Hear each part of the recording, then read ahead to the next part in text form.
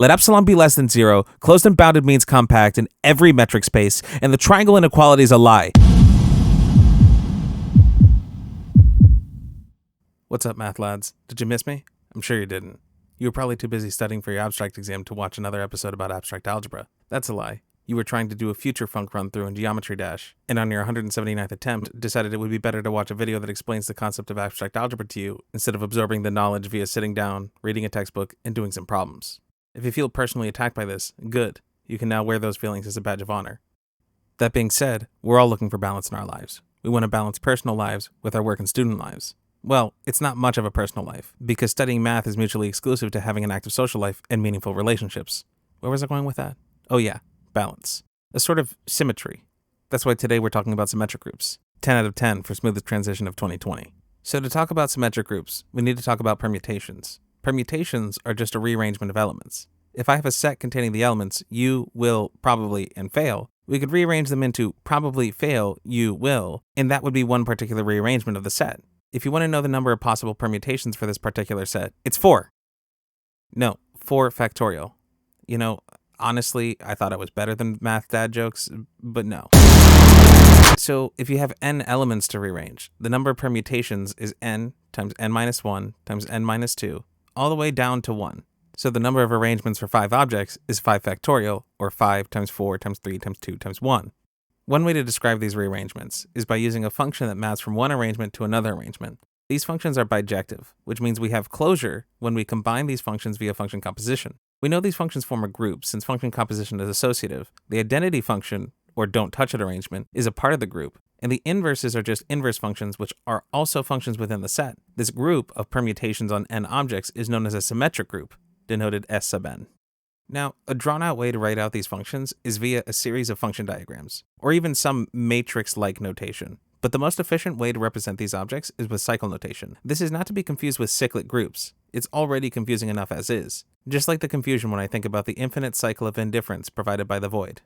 So, suppose I have an arrangement of 3 objects, namely 1, 2, and 3, that sends 1 to 2, 2 to 3, and 3 to 1. We'll write this down as 1, 2, 3. Closing the parentheses means the last position is sent back to the first position. So this will be equivalent to 3, 1, 2, and 2, 3, 1. Basically, because this is a cycle, we can shift the numbers within the cycle, and it'll give us the same information. This is not the same as shuffling the numbers. 1, 2, 3 is different from 1, 3, 2.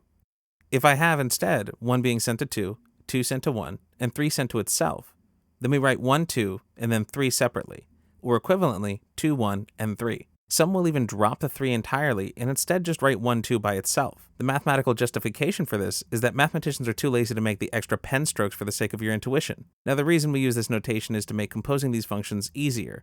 Remember, function composition is not commutative, and order matters here. So suppose I have 1, 2, 3 and 1, 2 as a product. Then we move from right to left and send each element through each cycle, and we don't revisit cycles. Start with 1. This gets sent to 2, which is then sent to 3 in the next grouping. So 1 goes to 3 after everything, and we write 1, 3. Then we look at 3, which gets sent to 1, since 3 is sent to itself, and then is sent to 1. This closes the first cycle, so we have 1, 3. Now we look at 2, which gets sent to 1, and then 1 gets sent to 2. So eventually 2 goes to itself through the whole cycle, hence 2 by itself is our result.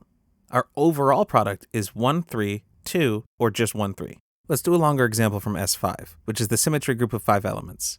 Let's look at 1, 3, 5, 1, 2, 3, 4, 2, 5, 3, 2. The process is the same. Start with 1, which gets sent to 2, and since no cycle after 1, 2, 3, 4 has 2, we write down 2. 2 gets sent to 3. We skip 2, 5, and then 3 is sent to 4. And 4 is not in 1, 3, 5, so we have 1, 2, 4. 4 is sent to 1, then 1 is sent to 3, which means we have 1, 2, 4, 3. Now 3 is sent to 2, and 2 is then sent to 5 and goes to 1, so we close the cycle. Lastly, we look at 5, which is sent to 2, which is sent to 3, which is sent to 5, so ultimately 5 goes to itself. So our final product is 1, 2, 4, 3, and then 5, or just 1, 2, 4, 3 by itself. Now, a good question to ask is how would we represent the identity in this cycle notation? And the answer is pretty simple. We would just use 1 being sent to itself, to avoid redundancy. Now, if we can multiply, we can also factor. In fact, we can break down cycles into transpositions or decompose long cycles into pairs. There's a very simple way to do it. If I have 1, 2, 3, 4 as a cycle, it'll decompose into 1, 4, 1, 3, and 1, 2. Or if we have 2, 4, 3, 1, we can write it as 2, 1, 2, 4, 2, 3. If you're not seeing the pattern, all we're doing is we're making 2 cycles by taking the first number and pairing it with every other number in reverse order. So 1, 3, 5, 7, 9 would also be 1, 9, 1, 7, 1, 5, 1, 3. This process is called cycle decomposition, just like how my happiness decomposes with each passing day. These aren't unique, as 1, 2, 3, 4 could be 1, 4, 1, 3, 1, 2, 2, 4, 2, 4, and it would still be a valid decomposition. One thing to notice is that no matter how you decompose a cycle, it will only have even or only odd numbers of 2-cycle transpositions. So we can sort of acknowledge a parity of these cycles. If we have an even number of transpositions, we call the cycle permutation even. If the number of 2 cycles in the decomposition is odd, then we call the cycle permutation odd. So we have a notion of parity for permutation elements with S sub n. But as it turns out, the set of even cycles, also known as A sub n, or the alternating group on n elements, is a subgroup of S sub n. This group is important as it's fundamental to the structure of more complicated groups. So let's look at S3, with elements 1, 2, 3, 1, 3, 2, 1, 3, 1, 2, 2, 3, and 1.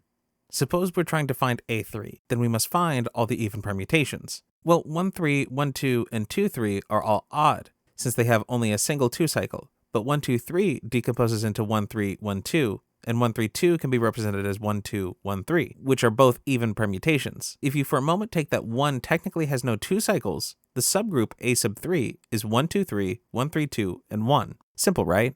Well, technically it's not a simple group unless it's at least A sub 5, but we're not going to talk about that right now. So I don't know if you remember, but in episode 2, we touched on D6, and I have a confession to make. It's not D6. Well, it is, but it's also S3, because the symmetries of a triangle happen to also be identical to all the ways you could rearrange any 3 objects. Unfortunately, this isn't true for higher order dihedral groups, but we could technically describe the symmetries of a square with these permutations. It's almost as if we could describe D8 as a subgroup of S4, S4, S4, S4, but we'll cover that another time. For now, I'll leave you to study your own devices. You probably have some analysis problems to solve anyways. It's just overglorified and hyperformalized calculus anyways. And don't even get me started on complex analysis, as if the analysts didn't have enough to integrate into their infinitesimally inferior branch of mathematics. Let epsilon be less than 0, closed and bounded means compact in every metric space, and the triangle inequality is a lie. Oh, and the series -1 to the n sums to 1/2. And if any of those statements upset you, good! Anyways, I hope you liked this video. Give it a thumbs up if you did. Please subscribe and leave any thoughts you have in the comments down below. Thank you for your time.